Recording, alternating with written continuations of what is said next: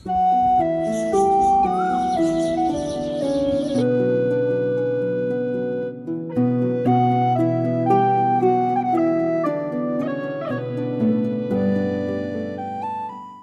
মোড়ানো পাহাড়ি রাস্তা, আলো ঝলমলে সকাল, আর অসংখ্য চা বাগানের মাঝে হারিয়ে যাওয়া এক শহর। হ্যাঁ, বলছি শ্রীমঙ্গলের কথা। ব্রিটিশদের হাত ধরে গড়া এই মায়াবী শহর সিলেট বিভাগের মৌলভীবাজার জেলায় অবস্থিত। যতদূর চোখ যায় কেবল সবুজের হাতছানি, বনের মধ্য দিয়ে সূর্য ছায়ার খেলা, পাহাড়ের কোলে আদিবাসীর গ্রাম, আর মাঝে মাঝে ভেসে আসা চায়ের পাতার গন্ধ এই শহরকে করেছে আরও মোহনীয়।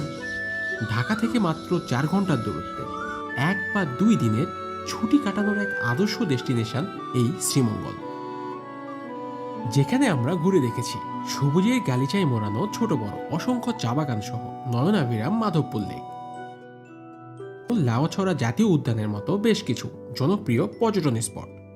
তাছাড়া 2 দিন 1 রাত শ্রীমঙ্গল ভ্রমণ গল্পে আর থাকছে গ্রীষ্মের সকালে দিগন্ত বিস্তৃত বাইকার বিলে শীতল পানিতে সীমাহীন নীল আর মেঘের আনাগোনা দেখার অভিজ্ঞতা। দিনের শেষে শ্রীমঙ্গলের সব থেকে সিনেমেটিক রিসোর্টের আতিথেয়তা আমাদের এই ভ্রমণকে এনে দিয়েছিল এক অনন্য মাত্রা। হ্যালো এভরিওয়ান, তার আশেপাশের সব থেকে সুন্দর ভ্রমণ ডেস্টিনেশনগুলোর আসল সৌন্দর্য আর সেখানকার স্থানীয় মানুষদের সাথে কাটানো কিছু স্মৃতিময় সময়, এবং সেখানকার কিছু ভালো রিসোর্টের ডিটেলসও দেওয়ার চেষ্টা করব গল্পের শেষের দিকে। এবারের এই ভ্রমণ গল্পে আমি চেষ্টা করেছি শ্রীমঙ্গল ভ্রমণের সকল বিষয় নিয়ে বিস্তারিত আলোচনা করার, তাই কিছুটা সময় নিয়ে পুরো ভিডিওটি দেখার অনুরোধ রইল, যাতে নেক্সট প্ল্যানে আপনাদের শ্রীমঙ্গল ভ্রমণ হয় আরও মোহনীয়। শ্রীমঙ্গল ও তার আশেপাশের জনপ্রিয় ভ্রমণ ডেস্টিনেশনগুলো ঘুরে দেখার জন্য সর্বপ্রথম আমাদের যেতে হবে শ্রীমঙ্গল শহরে, আর ঢাকা থেকে শ্রীমঙ্গল যাওয়া যায় ট্রেন ও সিলেটগামী বাসে। আমরা যদিও এবার ভ্রমণের পরিকল্পনা করি ট্রেনে, কারণ 7:20 মিনিটে আমাদের ট্রেন প্ল্যাটফর্ম ছেড়ে গেল। সবুজের চাদর মোড়ানো বিস্তৃত মাঠঘাট প্রান্তর ফেলে ছুটে চলছে আমাদের ট্রেন। এই ফাঁকে বলে রাখি, ঢাকা থেকে শ্রীমঙ্গলগামী ট্রেন আছে মোট 4টি। পারাবত এক্সপ্রেস, যা ঢাকা থেকে ছাড়ে সকাল 6:40 মিনিটে। কালনী এক্সপ্রেস ঢাকা থেকে ছাড়ে দুপুর 2:55 মিনিটে। উপবন এক্সপ্রেস রাত্রি 8টায়, আর জয়ন্তিকা এক্সপ্রেস রাত 11:15 মিনিটে। সবকটি ট্রেনেই এসি ও নন এসি ক্যামেরা রয়েছে, তবে ট্রেনে শ্রীমঙ্গল যেতে চাইলে অন্তত 7 দিন আগে টিকিট কেটে রাখা বাঞ্ছনীয়। আরেকটি বিষয়, এই রুটে ট্রেনে একটু সাবধানতা অবলম্বন করতে হয় ভ্রমণের সময়, কারণ ট্রেনের জানালা ও স্টেশনে থামার সময় মোবাইল ছিনতাই হয়। এই তো তখন ঘড়িতে সময় 11:30 মিনিট। আমরা পৌঁছালাম শ্রীমঙ্গল স্টেশনে।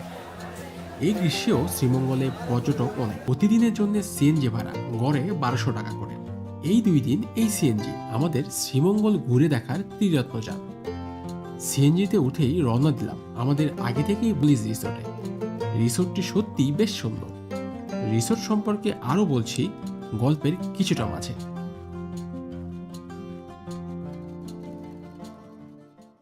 এখন চলুন শুরু করি আমাদের আজকের শ্রীমঙ্গল ভ্রমণ। প্রথম ডেস্টিনেশন লাউছড়া বন।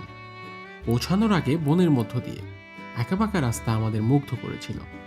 কি ছায়াঘেরা এক মায়াবী সরলতা, নিমেষেই যেন শহরের সব ক্লান্তি ভুলিয়ে দিল।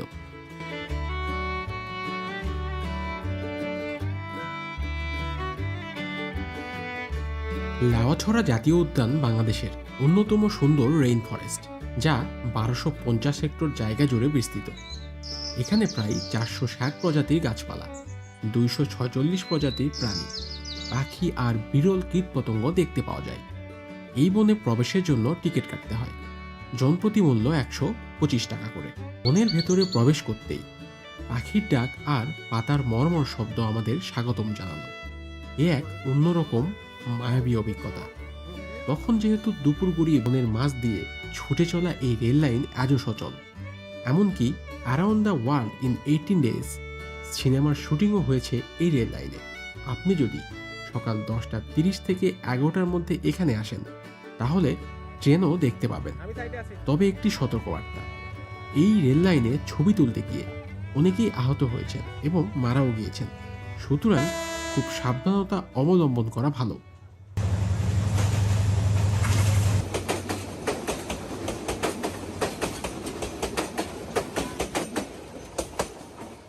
এখানে দেখার মতো রয়েছে খাসিয়াপল্লী এবং কিছু পাহাড়ি ঝিরিপথ, যা সময়ের অভাবে আমরা আর দেখতে পেলাম না।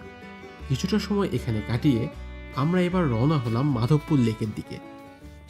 ছোট টিলাই চা বাগান, আর একপাশে সবুজ বনের মাছ দিয়ে এগিয়ে চলছে আমাদের সিএনজি, আর আমাদের মনকে প্রশান্তি আর সবুজ স্নিগ্ধতাই ভরিয়ে দিচ্ছে। এই মায়াবী প্রকৃতি কি যে এক মুগ্ধতা, তা হয়তো এই রাস্তায় না আসলে অনুভব করতে পারবেন না। প্রায় 40 মিনিটের এক স্বপ্নীল যাত্রা শেষ করে আমরা পৌঁছালাম মাধবপুর লেকে। এটি মূলত মৌলভীবাজারের কোমলগঞ্জ ইউনিয়নে অবস্থিত, যার পাশে উঁচু উঁচু টিলাই চা বাগানের সারি, আর তার মাঝখানে এঁকে বেঁকে থাকা কাচের মতো স্বচ্ছ জলের এক লেক, এক মন ভালো করে দেওয়া সৌন্দর্য। 1965 সালে তৈরি করা এই কৃত্রিম জলরাশিটি চা বাগানের মাঝে গড়ে তোলা হয়েছে, যা মূলত চা বাগানের সেচ প্রকল্প হিসেবে ব্যবহৃত হতো। আর হ্যাঁ, আপনাদের জানিয়ে রাখি, এই স্পটটিতে এন্ট্রি ফি নেই, তবে ট্রান্সপোর্ট পার্কিংয়ের জন্য পে করতে হয়। সিএনজি প্রতি 10 টাকা থেকে 30 টাকা পর্যন্ত, জিপ 50 টাকা থেকে 100 টাকা পর্যন্ত, এবং বাস 100 টাকা থেকে 150 টাকা পর্যন্ত। প্রশান্তি পেলাম। আমরা কি 20 টাকাটা লইতেছি? লেকের পাশ দিয়ে এবং লেকের পাশে যে টিলাগুলো রয়েছে তার উপর দিয়ে হাঁটার রাস্তা রয়েছে, আর এই রাস্তা ধরে পুরো লেক ঘুরে দেখা যায়। আর পাখির চোখেও দেখে নিলাম লেকের এই অপূর্ব সৌন্দর্য। সত্যিই এক অসাধারণ লেক এটি। আমার দেখা সিলেট ও শ্রীমঙ্গলের সেরা জায়গা এটি। সবুজ শ্যামলিমার মাঝে গধূলি বিকেলে নীল জলরাশির পাড় ধরে হেঁটে বেড়াতে কি যে প্রশান্তি লাগবে তা বলে বোঝাতে পারবো না। কিন্তু আপনারা চাইলে এখানে এসে তা সত্যি সত্যি উপভোগ করতে পারেন। শুনেছি লেকের পানিতে বোটিংয়ের ব্যবস্থাও রয়েছে। মাধবপুর লেকের মায়াবী সৌন্দর্য দেখা শেষ করে শেষ বিকেলের মিষ্টি আলোয় চা বাগানের মধ্য দিয়ে আমরা রওনা হলাম নূরজাহান টি স্টেটের দিকে। যে রাস্তা ধরে আমরা এগোচ্ছি এটি মূলত অসংখ্য চা বাগানের মধ্য দিয়ে এঁকে বেঁকে চলা শ্রীমঙ্গলগামী একটি রাস্তা। আমার জানা মতে শ্রীমঙ্গলের সব থেকে বেশি চা বাগান এই পাশটাতেই। এই রাস্তা ধরে শেষ বিকেলে ছুটে চলতে বেশ ভালো লাগছিল। মাঝে মাঝে চা শ্রমিক আর স্থানীয় রাখালদের ঘরমুখী পদচারণা চোখে পড়ছিল। কিছু দূর এগিয়ে আমরা পেলাম সেই মায়াবী নূরজাহান টি স্টেট। শেষ বিকেলের মৃদু আলোয় মনে হচ্ছিল মায়াবী সৌন্দর্য, মনে হচ্ছিল যেন আজীবন থেকে যায় এই মায়াবী নিস্তব্ধ প্রশান্তির জায়গায়। যদিও আমরা শুধু এই টি স্টেটের রাস্তার পাশের অংশটাই দেখতে পাচ্ছিলাম, পুরো টি স্টেটটি নয়।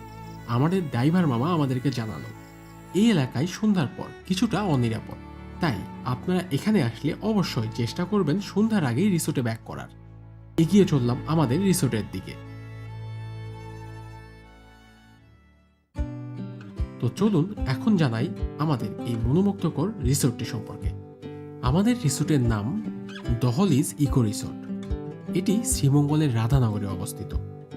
আরও সহজ করে বললে, শ্রীমঙ্গলের যেখানে দ্য প্যালেস লাক্সারি রিসোর্ট রয়েছে তার ঠিক পাশেই 10 মিনিটের দূরত্বে অবস্থিত। আরেকটি কথা জানিয়ে রাখি, মূলত শ্রীমঙ্গলের বেশিরভাগ রিসোর্ট এখানেই অর্থাৎ রাধানগরেই অবস্থিত। এই রিসোর্টটির লুকস আর অ্যাম্বিয়েন্ট কিছুটা ব্যালি বা মালদ্বীপের মতো। পুরো রিসোর্টটা যেন প্রকৃতির কোলে একটা শান্তির ক্যাম্প। চারপাশে আনারস গাছ, মাঝখানে লাল পদ্মে ভরা অপূর্ব এক পুকুর। নেচার আর অ্যাস্থেটিকের এক দুর্দান্ত কম্বিনেশন এই রিসোর্টটি। তাদের রয়েছে 4টি কটেজ আর একটি টাওয়ার বিল্ডিং। 4টি কটেজেই রয়েছে প্রাইভেট সুইমিং পুল। প্রতিটি কটেজে রয়েছে হিল ভিউ এক অপূর্ব দৃশ্য। আর কক্ষগুলো এতটাই পরিপাটি যেখানে সুইমিং পুলের জন্য আছে আলাদা কানেক্টিং ডোর। আর বেডরুম থেকে ওয়াশরুম সবকিছুই একেবারে ঝকঝকে ও নিখুঁত। রুমগুলোও বেশ বড় আর আছে নেচারের ছোঁয়া। এই রুমগুলোতে রয়েছে 4 স্টার মানের সব সুবিধা। আর রুমগুলির ভাড়া উইকডেতে 6,000 টাকা আর উইকেন্ডে 7,000 টাকা। সাথে রয়েছে কমপ্লিমেন্টারি ব্রেকফাস্ট। এছাড়াও তাদের টাওয়ার বিল্ডিংয়ে রয়েছে বাংকার বেড, যার ভাড়া পড়ে জন প্রতি 500 টাকা করে। এই রুমগুলিতেও আবার এসি আছে। আর এই বিল্ডিংয়ে কিছু ডিলাক্স 2 বেড এবং 3 বেডের রুমও রয়েছে, যার ভাড়া 3000 টাকা রুম প্রতি, সাথে কমপ্লিমেন্টারি ব্রেকফাস্ট। রাতের পরিবেশ বেশ দারুণ। রিসোর্টে কিছুক্ষণ কাটিয়ে আমরা রাতের খাবারের এভাবেই সুন্দর কিছু সময়ের মধ্য দিয়ে কেটে গেল আমাদের শ্রীমঙ্গলের প্রথম দিন।